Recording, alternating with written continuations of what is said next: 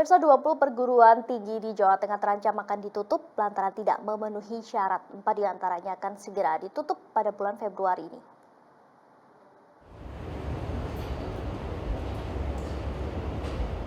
Kepala Lembaga Layanan Pendidikan Tinggi LL Muhammad Zainuri mengatakan pihaknya sudah melakukan pendampingan pada perguruan tinggi tersebut dan sejak 2018 beberapa perguruan tinggi sudah diberi lampu kuning.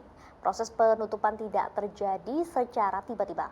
Pihaknya telah melakukan proses evaluasi dan koordinasi dengan beberapa perguruan tinggi selama 4 tahun.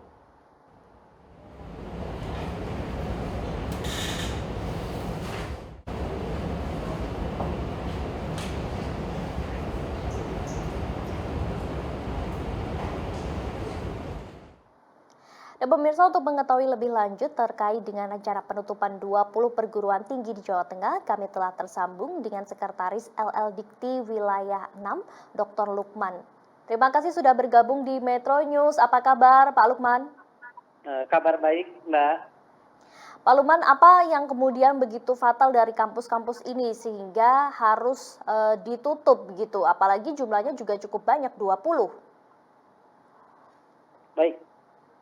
Terima kasih, Mbak. Saat ini kita berpegangan pada Standar Nasional Pendidikan Tinggi yang mengamanatkan bahwa perguruan tinggi yang ada di Indonesia, khususnya di Jawa Tengah, harus memenuhi standar yang dipersyaratkan. Nah, perguruan tinggi yang akan ditutup tersebut adalah perguruan tinggi yang memang kurang memenuhi, bahkan tidak memenuhi persyaratan yang ditetapkan.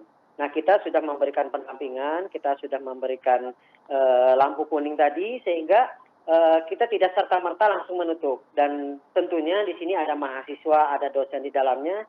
Kita yang paling penting adalah menyelamatkan tadi, Mbak, dosen dan mahasiswa. Dan yang paling penting di Jawa Tengah itu bukan banyaknya perguruan tinggi, tapi yang paling penting adanya perguruan tinggi yang sehat, yang bisa menampung mahasiswa. Baik. Bisa dijelaskan lebih detail syarat apa yang kemudian tidak dipenuhi oleh perguruan-perguruan tinggi ini sehingga memang harus ditutup? Setidaknya ada 3 syarat utama ketika kita mengevaluasi perguruan tinggi. Yang pertama adalah terkait dengan legalitasnya. Ya, legalitas ini adalah kepemilikan dari perguruan tinggi tersebut, yayasannya milik siapa, ada sengketa atau tidak. Kemudian yang kedua adalah terkait dengan sarana prasarananya. Setiap perguruan tinggi yang berdiri tentunya ada lahannya, ada bangunannya, ada fasilitas lain seperti laboratorium dan yang lainnya. Nah, ini apakah sudah memenuhi standar yang sudah kita tetapkan atau belum. Kemudian yang ketiga adalah SDM-nya. SDM-nya untuk bisa menjadi dosen itu harus minimal sudah berpendidikan magister. Nah, ini sangat penting sekali sehingga kualitas lulusan mahasiswa yang dihasilkan memenuhi standar yang sudah kita tetapkan. Jadi setidaknya ada 3 tadi standar. Yang pertama adalah legalitas, yang kedua adalah sarana prasarana, yang ketiga adalah SDM yang akan melaksanakan perguruan tinggi tersebut siap atau tidak. Ini yang kita evaluasi, yang kita jabarkan ke dalam yang disebut dengan akreditasi. Kalau sudah tidak memenuhi unsur akreditasi tadi, tentunya kita akan evaluasi supaya perguruan tingginya kita akan tutup. Karena yang jadi korban adalah mahasiswa. Kasihan ketika sudah lulus tidak bisa bekerja kemanapun kalau akreditasinya tidak diakui oleh penerima kerja. Contohnya dia akan melamar ke kepolisian, PNS. Kan sayang sekali yang dikorbankan adalah mahasiswa. Baik, Pak Lukman, ini kan tidak terjadi secara tiba-tiba. Dikatakan juga sudah ada proses pendampingan selama 4 tahun sejak tahun 2018.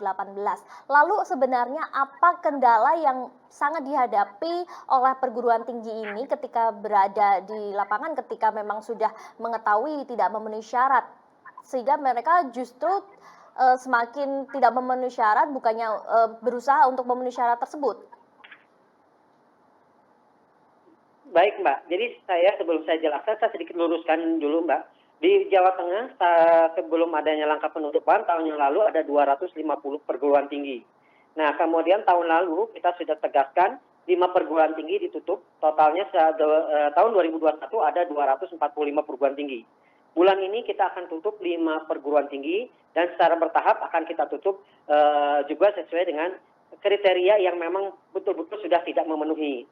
Nah, yang menjadi kendala di lapangan adalah pertama masalah persaingan, Mbak. Jadi ketika ada persaingan, perguruan tinggi baru, kemudian mereka kehilangan mahasiswa berkurang, sehingga bisa mereka itu dalam artian tidak bisa memenuhi standar-standar yang sudah ditetapkan. Contohnya sarana prasarana yang harusnya diupdate, gedung yang harusnya diupdate, mereka biasanya tidak bisa lagi bertahan karena itu tadi adanya persaingan dari antar perguruan tinggi, itu satu sisi. Kemudian kedua juga yayasan kadang-kadang tidak memperhatikan dosennya.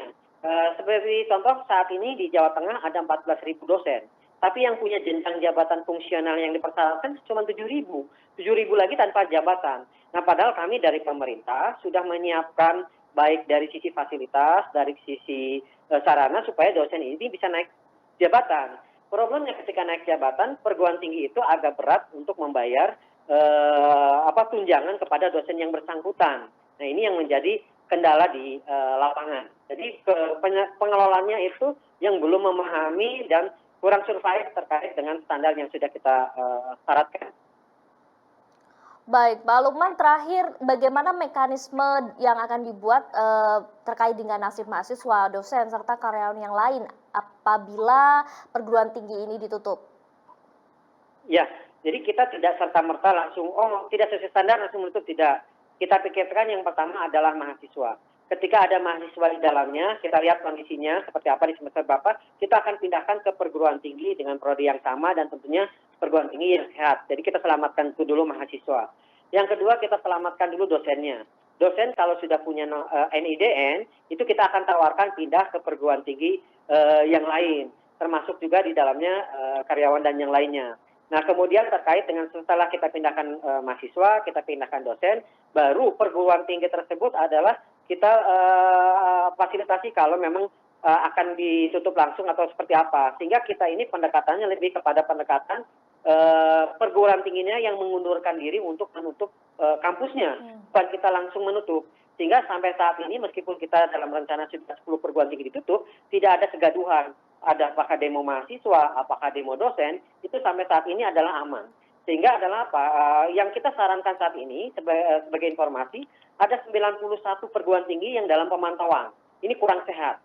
Kita sarankan kepada perguruan tinggi yang kurang sehat, kalau punya sarana memadai, mungkin kurang mahasiswa bisa merger dengan kampus yang lain. Kemudian kalau anggaran cukup, bisa merger dengan kampus yang lain. Sehingga kita sarankan perguruan tinggi yang tidak sehat ketika bergabung akan menjadi sehat, Mbak.